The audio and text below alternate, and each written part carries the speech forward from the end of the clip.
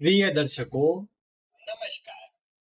आज मैं आपको मंगल से जुड़े कुछ रोचक लेकिन बहुत ही महत्वपूर्ण सूत्र बताने वाला हूँ। आपको मैं पूर्व की वीडियो में ज्योतिष से जुड़े अनेकों सूत्र बता चुका हूं, जिसमें एक श्रृंखला मैंने प्रारंभ करी है, जिसमें प्रत्येक सप्ताह मैं आपको एक एक ग्रहों से जुड़े कुछ विशिष्ट सूत्र बता रहा हूं, जिसमें मैंने आपको सूर्य और चंद्रमा से जुड़े सूत्र बताए हैं पूर्व में।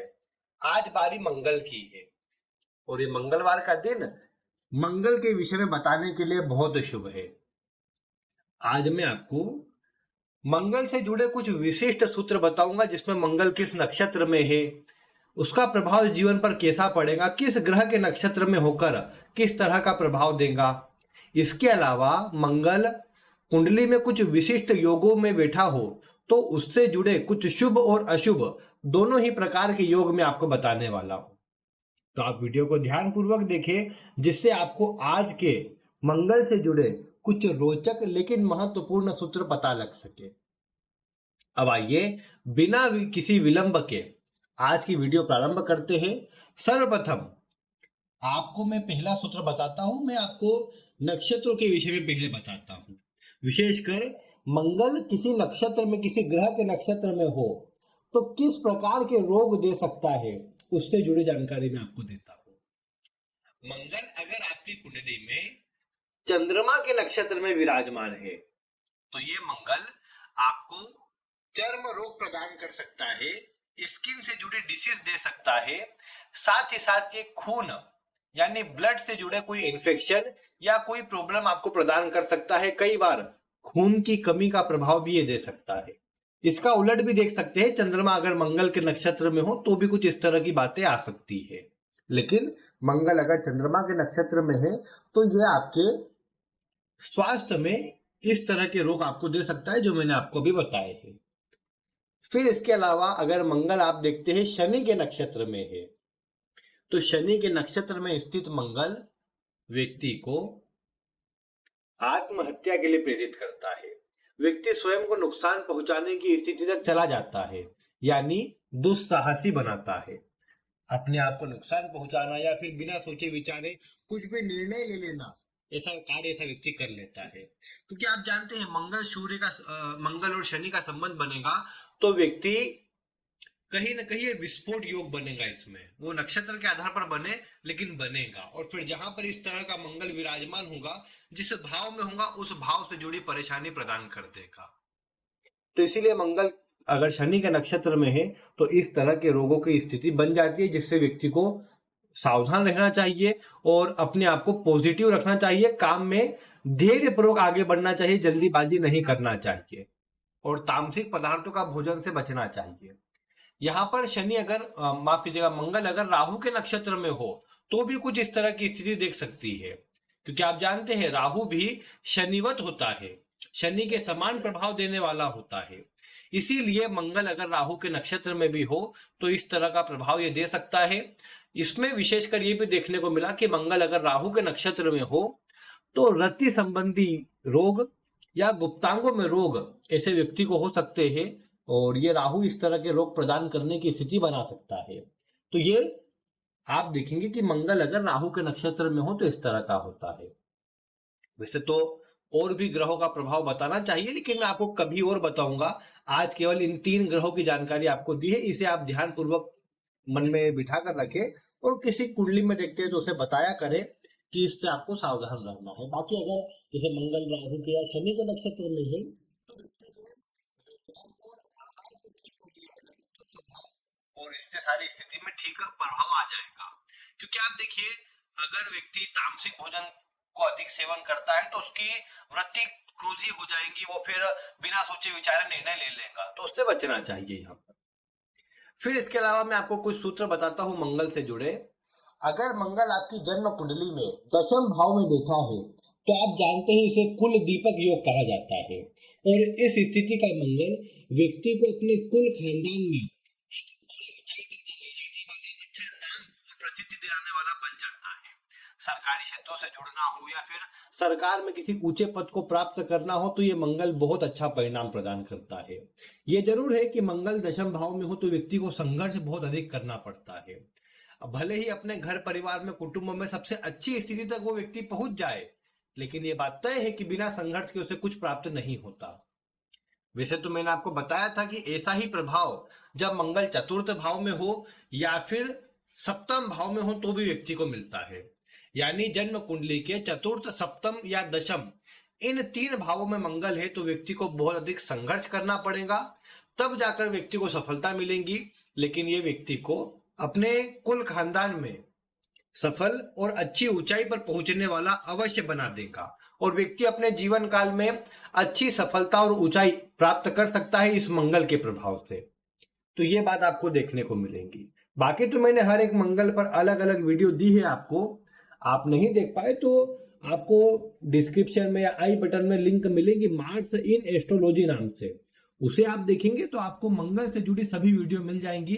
विभिन्न भावों में विस्तार से प्रभाव आपको पता लग जाएगा, तो वो आप देख लीजिएगा। बाकी आप जानते हैं कि मंगल ऊर्जा और पराक्रम का कारक ग्रह है, इसीलिए मंगल जन्म कुंडली के तीसरे भाव में, छठे भाव में, जन्म कुंडली के 10वें भाव में, एकादश भाव में बली हो जाता है, अपना अधिक शुभ प्रभाव प्रदान करता है और अत्यधिक ऊर्जा वाला प्रभाव ये देने का काम करता है। तो इसलिए ये मंगल अगर यहाँ आपकी कुंडली में इन भावों में है तो अवश्य से शुभ प्रभाव देता है। लग्न का मंगल व्यक्ति को क्रोधी, जल्दीबाजी में काम करने वाला, अपने अनुसार काम करने वाला बना लेता है। व्यक्ति स्वतंत्र विचारधारा वाला होता है, लेकिन कई बार ये मंगल व्यक्ति को शुरुआती जीवन में तो बहुत अधिक क्रोधी, गुस्सैल बनाए, लेकिन उम्र बढ़ने के साथ उसके शरीर में जो एनर्जी है उसमें कमी लाता हुआ देखा गया है और व्यक्ति फिर उतनी मेहनत से काम नहीं कर पाता जितना वो पहले कर सकता था। ये बात आप देख पाते हैं कई बार। मंगल दूसरे भाव में हो तो व्यक्ति धन को बचाने वाला, धन के विषय में सोचने वाला। कई बार ये देखेंगे कि मंगल दूसरे भाव में हो तो ऐसा व्यक्ति मतलब धन अधिक बचाने के विषय में सोचता है, लेकिन फिजूल खर्ची ऐसा व्यक्ति करते रहता है। यानी भले बचाने का सोचे लेकिन खर्च की मात्रा जीवन में अधिक बनी रहती है। लेकिन धन की कमी इस मंगल के कारण नहीं होती, बल्कि व्यक्ति अपने जीवन में अच्छा धन अर्जित कर पाता है। भले अन्य का सहयोग मिले न मिले, व्यक्ति अपने दम पर सफल हो सकता है इस मंगल के प्रभाव से। फिर चतुर्थ के मंगल के मैंने बताया ही पूर्व में, लेकिन आप जानते हैं चतुर्थ का मंगल व्यक्ति को पराक्रमी, मेहनती बनाता है। पंचम में मंगल हो तो ये भी व्यक्ति को कुछ नया सीखने के लिए, कुछ अच्छा ज्ञान अर्जित करने के लिए प्रेरित करता है। स्पोर्ट्स में, खेलकूद में व्यक्ति को अच्छा नाम, अच्छा सम्मान प्रदान कर सकता है। अगर बलवान स्थिति में हो तो व्यक्ति अवश्य से अच्छे खेलकूद वगैरह के क्षेत्र में भी आगे बढ़ सकता है। इस मंगल के प्रभाव से वैवाहिक जीवन में कमजोरी मिलती है। व्यक्ति अगर किसी से प्रेम करे तो वो क्रोध के चलते व्यक्ति का प्रेम टूट जाता है, या व्यक्ति क्योंकि मुंह पर बोलने वाला होता है उसके चलते प्रेम यहाँ पर संबंध में बदल नहीं पाता, प्रेम विवाह के रूप में परिणत नहीं हो पाता। इसके अलावा कई बार ये भी देखने को मिला कि पंचम भाव में बैठा मंगल अगर अशुभ प्रभाव में आ जाए, शनि आदि की दृष्टि में आ जाए, तो व्यक्ति का विवाह होने के पहले ये सगाई को एक बार टुटवाता देखा गया है। तो ये स्थिति कई बार इस मंगल के चलते बनती है। हालांकि ये मंगल व्यक्ति को बहुत अधिक भटकाने वाला और एक से अधिक संबंधों को स्थापित करने वाला बना सकता है। अगर अशुभ स्थिति में हो तो ज्यादा यह प्रभाव देखने को मिल सकता है। फिर आपने देखा कि मंगल अगर सप्तम भाव में हो तो सप्तम भाव का मंगल मांगलिक बनाता है। जीवन साथी का स्वभाव भी क्रोधी होता है और व्यक्ति का स्वभाव भी क्रोधी होता है, जिसके चलते वैवाहिक जीवन में समस्या या परेशानी का प्रभाव मिलता है। क्रोध आदि के चलते व्यक्ति को कहीं ना कहीं मानसिक तनाव, चिंता रहती है। अन्य से तालमेल में कमजोरी कई बार मिलती है और झगड़े विवाद का प्रभाव कई बार बनते रहता है। यानी जो व्यक्ति को वैवाहिक सुख अच्छा मिलना चाहिए उसकी कमजोरी मंगल दर्शाता है। पार्टनरशिप करे तो भी धोखा मिलने का प्रभाव बन जाता है। इसके अलावा आप एक बात देख पाएंगे कि अगर मंगल कुंडली के अष्टम भाव में हो तो ऐसा व्यक्ति एक से अधिक कार्यों से धन लाभ के लिए सोचता है। आकस्मिक लाभ के लिए ऐसा व्यक्ति बहुत प्रयास करता है और कई बार ऐसे व्यक्ति को आकस्मिक लाभ होता भी है। लेकिन ये देखने को मिला कि मंगल अष्टम भाव में हो तो व्यक्ति को ससुराल आदि से, मामा वर्ग से इतना सुख कई बार नहीं मिलता। कई बार ये देखने को मिला कि अष्टम भाव में बैठा मंगल व्यक्ति को क्रोधी बनाता है, गुस्सेल बनाता है। लेकिन ऐसे व्यक्ति को जिम जाना चाहिए, अपने ऊर्जा को सही जगह नियंत्रित करने के लिए वर्कआउट करते रहना चाहिए, उससे ऐसे व्यक्ति को अच्छा प्रभाव अवश्य मिलता है। बाकी एक से अधिक धन लाभ के लिए, मार्ग से धन लाभ के लिए ये मंगल अच्छा है, अच्छा लाभ करवा पाता है। फिर आप देखेंगे कि अगर मंगल कुंडली के नवम भाव में हो तो ये भी मंगल अच्छा होता है, व्यक्ति को दूर देशों से जोड़ने वाला, अच्छा मान सम्मान दिलाने वाला होता है। ये मंगल के चलते व्यक्ति जन्म स्थान से कई बार दूर चल जाता है और दूर जाकर अच्छी सफलता अर्जित कर पाता है। अगर जन्म स्थान पर भी रहे तो थोड़ा मेहनत के साथ ही सही, लेकिन सफल हो पाता है। तो ये मंगल भी यहाँ पर कोई विशेष खराब नहीं होता, शुभ ही परिणाम प्रदान करता है। पिता से तालमेल में कमजोरी ला सकता है, लेकिन फिर भी ये मंगल ठीक ही होता है। बाकी 12वें भाव का मंगल भी कोई खराब नहीं होता, लेकिन व्यक्ति को व्यर्थ के विवाद या झगड़ों में फंसाने वाला बन जाता है। वो व्यक्ति के कहीं ना कहीं आप ये देख पाए कि जमीन आदि में विवाद हो या कोई भी ऐसे जमीन को लेकर विवाद हो, भले घर में हो या फिर किसी अन्य व्यक्ति से हो, ये विवाद की स्थिति बना सकता है। तो वो थोड़ा कमजोर हो जाता है यहाँ पर।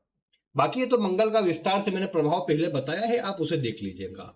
एक बात और इसमें आती है कि मंगल अगर जन्म कुंडली में वृषभ या तुला राशि में बैठा हो तो ये मंगल व्यक्ति के वैवाहिक जीवन में थोड़ी कमजोरी उत्पन्न करता है। यानी व्यक्ति को जितना वैवाहिक सुख अच्छा मिलना चाहिए उसमें कमजोर प्रभाव मिलता है अगर मंगल वृषभ या फिर तुला राशि में बैठा हुआ हो तो। और इसके चलते कहीं ना कहीं थोड़ा मध्यम प्रभाव रहता है वैवाहिक जीवन के लिए। इसके अलावा अगर आप देखते हैं कि मंगल और चंद्रमा जन्म कुंडली के अष्टम भाव में विराजमान है तो आप ये देख पाएंगे कि ये व्यक्ति को इसे लाभ आदि कराने का प्रभाव देते हैं, लेकिन ऐसे व्यक्ति को सावधान रहना चाहिए, क्योंकि इस मंगल और चंद्रमा के अष्टम भाव में होने से व्यक्ति की प्रवृत्ति कई बार स्वयं को नुकसान पहुंचाने वाली या आत्महत्या के लिए प्रवृत्त होने वाली बन सकती है। इसीलिए ऐसे व्यक्ति को यह ध्यान रखना चाहिए कि कभी भी अपने जीवन काल में कोई भी गलत कार्य करने से पहले सोचना चाहिए, धैर्य रखना चाहिए और एकाएक कोई बड़े डिसीजन नहीं लेना चाहिए जिससे उसे परेशानी का सामना करना पड़ सके। इसीलिए ऐसे व्यक्ति को सोच विचार कर आगे बढ़ना चाहिए, तो अच्छा प्रभाव अवश्य प्राप्त हो पाता है। क्योंकि चंद्रमा मंगल के योग में मैंने आपको बताया है कि ऐसा व्यक्ति क्रोधी होता है, जल्दीबाजी में काम करने वाला होता है और इसके अनुसार अगर काम नहीं बना या ये किसी परेशानी में फंस गया तो सबसे पहले ये अपने आप को ही नुकसान पहुंचा लेगा, क्योंकि ऐसे व्यक्ति को अपना मान सम्मान सबसे ज्यादा प्रिय होता है। और अगर इसके मान सम्मान पर कोई भी बात आई तो ऐसा व्यक्ति फिर ये कोशिश करता है कि उसका मान सम्मान खराब ना हो, इसीलिए स्वयं को नुकसान पहुंचा लेता है। तो ये थोड़ा सा इसमें कमजोर प्रभाव मंगल चंद्रमा के चलते मिल सकता है। बाकी ये लक्ष्मी योग है, अगर किसी अच्छे भाव में शुभ स्थिति में हो तो व्यक्ति को लाभ भी करवाता है। बाकी अष्टम भाव में मंगल कई बार चोट चपेट एक्सीडेंट के योग बनाता है। अगर इस पर शनि की दृष्टि हो या मंगल शनि आमने सामने हो और अष्टम भाव से या छठे भाव से संबंध बने, मंगल केतु साथ में हो, तो ये सारी स्थिति चोट चपेट एक्सीडेंट के योग बनाती है। व्यक्ति को कहीं ना कहीं इसके चलते जीवन में कई एक बार ऑपरेशन या एक्सीडेंट का सामना करना पड़ सकता है। यहाँ एक और बात मैं कहूंगा कि मंगल अगर जितनी डिग्री पर आपका लग्न है उसी डिग्री पर अगर मंगल अष्टम भाव में बैठा हो तो ये मंगल भी आपको जीवन में अत्यधिक चोट चपेट आदि की स्थिति निर्मित करके दे सकता है, यानी आपको मानसिक तनाव या परेशानी प्रदान कर सकता है। इसीलिए आपको ये चाहिए कि आपकी कुंडली में अगर मंगल अष्टम भाव में विराजमान है तो आपको धैर्य रखना चाहिए और जल्दीबाजी में काम नहीं करना चाहिए, धैर्य पूर्वक काम में आगे बढ़ना चाहिए, तो अच्छा प्रभाव जरूर प्राप्त हो पाएगा। बाकी अष्टम भाव में या फिर मंगल किसी भी भाव में 2-3 पापक ग्रह के प्रभाव में आ जाए तो व्यक्ति को गुप्तांगों से जुड़े रोग, पाइल्स और या फिर पेट में पाचन से जुड़े रोग अधिक प्रदान कर सकता है, जिसकी स्थिति मंगल कई बार जीवन में बनाता देखा गया। तो ये स्थिति आप देख पाएंगे मंगल के चलते। बाकी इसके अलावा मैं अगर अन्य कुछ सूत्र आपको बता दूं तो आप ये देख पाएंगे कि मंगल अगर आपकी जन्म कुंडली के त्रिक भावों में बैठा है, यानी छठे, 8वें या 12वें भाव में बैठा है, तो ऐसी स्थिति का मंगल व्यक्ति को अपने सुखों के विषय में सोचने वाला बनाता है। मतलब व्यक्ति किस प्रकार अपने आप को सुखी रखे, किस प्रकार अपने आप के जो सुख है, लग्जरी है, उसमें वृद्धि करे, इसके लिए अधिक प्रयास करता है और कई बार उस पर खर्च भी करता है। अगर बुध के ऊपर मंगल की दृष्टि है तो व्यक्ति की आजीविका के कारण या मतलब ये बोल सकते हैं विवाह के कारण या फिर अन्य किसी कोई भी कारण ऐसा आ जाएगा जिसके चलते उसकी शिक्षा में कोई रुकावट आती है।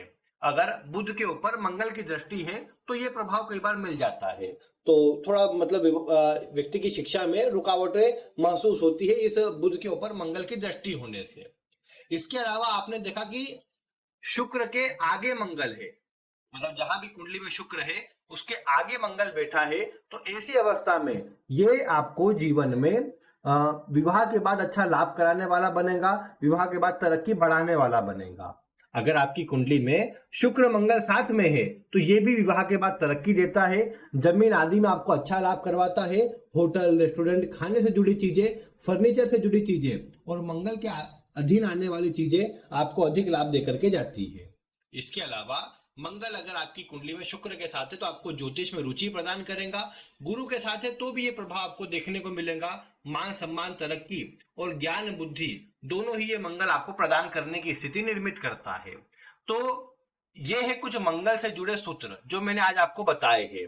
आप अपनी कुंडली में मिला करके देखिए कि मंगल किस भाव में है।